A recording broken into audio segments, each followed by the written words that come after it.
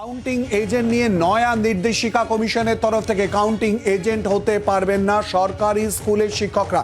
ইতিমধ্যে খুব গুরুত্বপূর্ণ আপডেট, অর্থাৎ কাউন্টিং এজেন্ট নিয়ে নয়া নির্দেশিকা কমিশনের আরো বিস্তারিতভাবে জানবো। সঙ্গে রয়েছে আমাদের প্রতিনিধি সুতপা সেন। সুতপা, কি নির্দেশিকা, কি জানতে পারছো? কাউন্টিং এর দিন তুমি জানো আগামী 4 জুন, এবং সেই কাউন্টিং এর প্রস্তুতি ইতিমধ্যে নির্বাচন কমিশন শুরু করেছে এবং আজকে একটি নির্দেশিকা জারি করা হয়েছে, যেখানে বলা হয়েছে সরকারি স্পন্সর্ড স্কুল বা গভর্নমেন্ট এডেড স্কুল যেগুলো রয়েছে সেই সমস্ত স্কুলের যারা টিচার তারা কোনো অবস্থাতেই কাউন্টিং এজেন্ট হতে পারবেন না কোনো ক্যান্ডিডেটের। এবং যেহেতু নির্বাচন কমিশনের কাছে ইতিমধ্যেই অভিযোগ গেছিল এবং সেই কারণেই তারা এই সিদ্ধান্ত নিয়েছেন যে এই দুটো, অর্থাৎ সরকারি স্পন্সর বা সরকারি এডেড স্কুল যেগুলো হয় সেই স্কুলের যারা টিচার তারা কাউন্টিং এজেন্ট হতে পারবেন না কোনো ক্যান্ডিডেটের। অর্থাৎ অন্য যে টিচাররা রয়েছেন তাদের ক্ষেত্রে কোনো বাধা রইল না, কিন্তু গভর্নমেন্ট স্পন্সর স্কুলের টিচাররা হতে পারবেন না।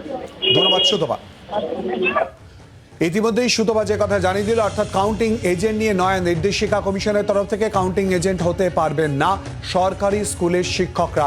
সরকারি সাহায্যপ্রাপ্ত স্কুলের শিক্ষকরা এজেন্ট হতে পারবেন না, নির্দেশ জারি নির্বাচন কমিশনের। বাংলার আওয়াজ, বাঙালির আবেগ, জি 24 ঘন্টা।